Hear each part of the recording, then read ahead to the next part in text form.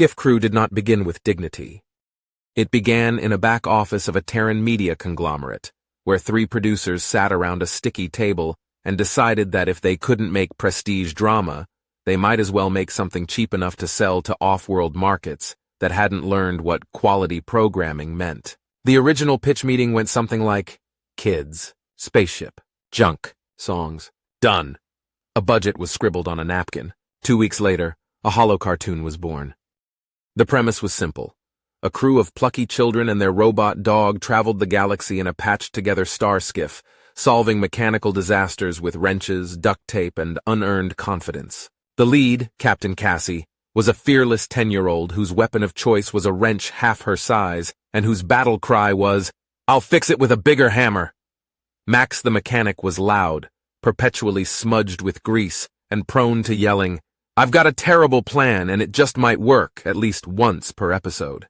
Ziggy, the robot dog, was essentially duct tape with legs. He barked, beeped, and occasionally dispensed adhesives from a compartment that was never fully explained. The animation quality was, charitably, variable. Sometimes Cassie's eyes switched colors mid-scene. Sometimes Ziggy's legs didn't animate at all and he just slid across the screen like a possessed vacuum cleaner. But none of that mattered, because the show had one thing children adored: songs. Every time a crisis appeared, a leaky airlock, a reactor meltdown, a cosmic jellyfish infestation, the crew would break into a catchy musical number explaining how to fix it.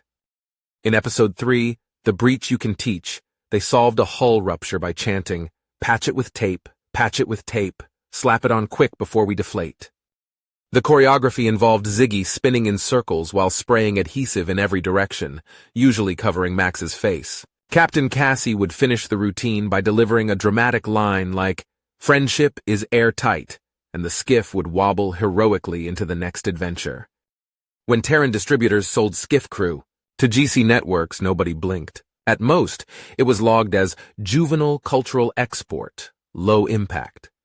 The Council's cultural archivists dismissed it as propaganda designed to distract offspring with rhythmic labor songs. Early viewership was minimal. Then children found it. It spread first in playgrounds on mixed-species stations. Younglings of 6 different races began humming "Patch It with Tape." A group of Trelly hatchlings were caught climbing the walls of their creche with spoons strapped to their claws, shouting, "Emergency repairs!" Parents scolded them. The hatchlings shouted louder. Within weeks, the songs had wormed their way into homes across the Confederation. Human children were, of course, hooked immediately, but they were soon joined by Yikari spawn humming bass lines and Zinthari nymphs flapping their thoraxes in time with Cassie's hammer beats. GC parents found it maddening.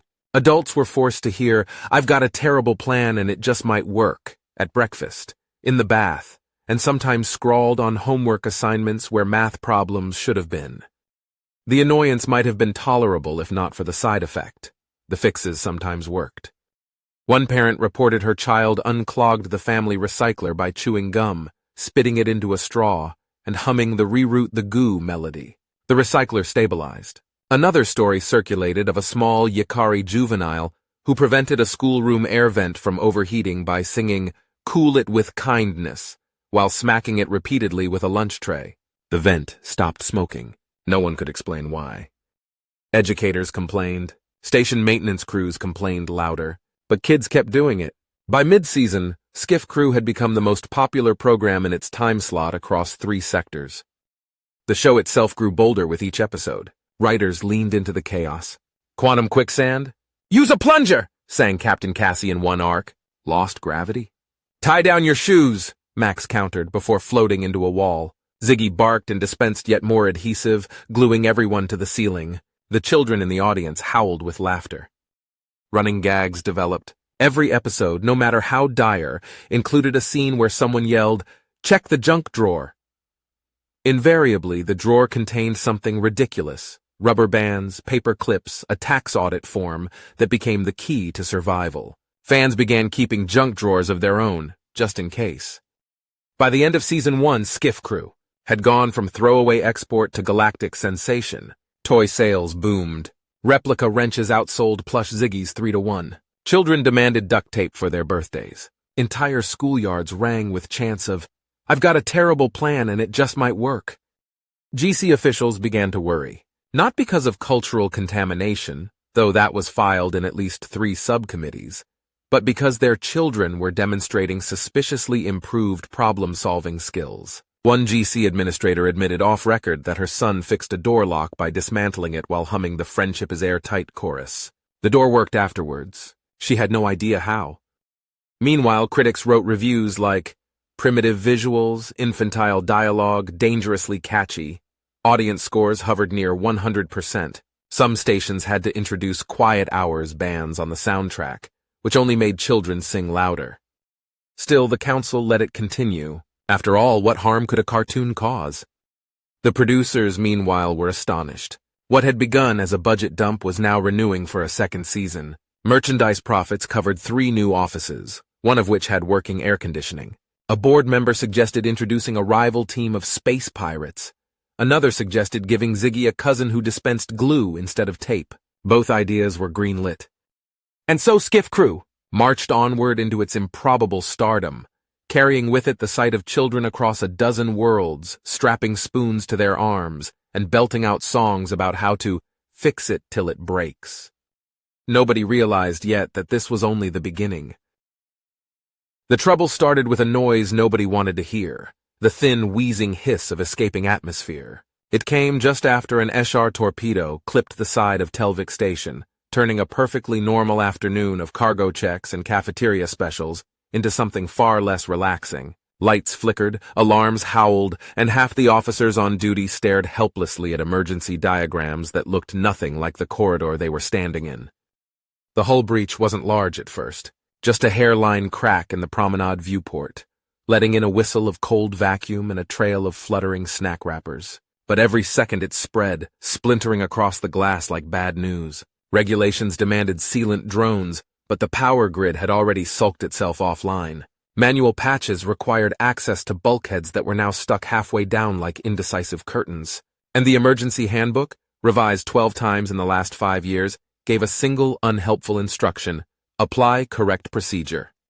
So the officers froze, not cowardice, just paralysis by paperwork. Which valve? Which override? Was this technically a Class 2 breach or Class 3? Nobody wanted to be the one who guessed wrong and got court-martialed for inaccurate labeling of atmospheric calamity. The people who didn't freeze were the children. A school group had been on a field trip through the promenade garden when the torpedo struck. Their chaperone was frantically counting heads and muttering things like, "Breathe normally, there's still some air," when one human boy tugged on her sleeve and announced very seriously, "We should do the song." Before she could object, 5 little voices launched into it, clapping their hands in shaky rhythm. Patch it with tape, slap it on quick before we deflate." The effect was immediate. Civilians turned to look. A custodian, dazed but holding a roll of sealant strip, blinked, recognized the chorus from Skiff Crew, and staggered forward. He slapped the tape against the crack in time with the music. The children cheered. More people joined in. A shopkeeper ripped tablecloths into strips. A dockhand grabbed an adhesive sprayer. Someone banged on a vending machine until it coughed up packaging foam. A dozen panicked adults, none of whom had remembered their training, suddenly had a plan because a group of 7-year-olds were singing it at the top of their lungs. The crack slowed. The hiss softened. Every strip went on crooked, bubbly, or upside down, but it held. Down in engineering, the situation was worse. Coolant lines were overheating. The displays showed red across every circuit, but the flow diagram bore no resemblance to the actual piping, thanks to 30 years of temporary upgrades. Senior engineers argued furiously about which valve to close. Manuals contradicted each other. Nobody wanted to touch anything. Then an exhausted junior tech muttered, "Didn't they fix this once? With a straw?" The room went silent. Everyone had seen the episode, the one where Max the mechanic shoved a juice box straw into a coolant feed and declared, "I've got a terrible plan, and it just might work." They had all laughed at it. Some of them had hummed along. The chief engineer looked around, wild-eyed. "We don't have straws." "We have tubing," the junior said. "Same thing, bigger juice box." Someone actually shouted, "Check the junk drawer," a running gag from the show, and tore into a supply locker. Out spilled a tangle of flexible tubes, spare clamps, and, bizarrely, a box of human drink pouches someone had smuggled in. In under 3 minutes, desperate engineers had lashed together a bypass with tubing, clamps, and one unfortunate beverage pouch squeezed dry. The coolant flow steadied. The core stopped climbing toward meltdown and settled at annoyed but survivable. When the attack finally ended and emergency teams tallied the damage, the truth was unavoidable. Official procedures had failed, but Skiff Crew had worked. The first incident report included, tucked among the charts, the line, "Hull integrity preserved via informal method. See Season 2, Episode 12. A second report from engineering noted, "Coolant stabilized using ad hoc reroute. Comparable to Season 1, Episode 7, Straw for the win." By the third report, an officer simply wrote, "Honestly, we just followed the kids' show." Room 17B convened in outrage. Several members demanded Skiff Crew be banned immediately for reckless indoctrination of youth into unauthorized engineering practices. The vote was nearly unanimous, until one delegate's granddaughter toddled into the chamber wearing a Ziggy backpack, handed him a roll of duct tape, and asked if he wanted to play Fix the Station. The motion collapsed in laughter, protests, and one resignation. Public sentiment killed any hope of prohibition. Families flooded networks with testimonials. "My daughter saved our oxygen filter thanks to Max. My hatchling rerouted our irrigation line. Yes, it flooded the kitchen, but it worked. My spouse fixed the shower with tape. I don't know how, but I'm grateful." Merchandise sales doubled overnight. GC Ethics Council members found themselves outnumbered at home, where their own children marched through living rooms chanting, "I've got a terrible plan and it just might work." Ratings for Skiff Crew soared to record highs. Within months, a quiet update appeared in official training manuals. Under the hull breach section, a new footnote read, "See also Skiff Crew Episode 12, Season 2. Beneath engineering coolant management, another line, "Informal reroute procedures demonstrated in Episode 7, Season 1 may prove situationally effective." At academies, cadets pretended not to know the songs, but during drills more than one could be heard humming under their breath. Instructors pretended not to notice. Humans, of course, just shrugged. "We told you cartoons were educational," they said.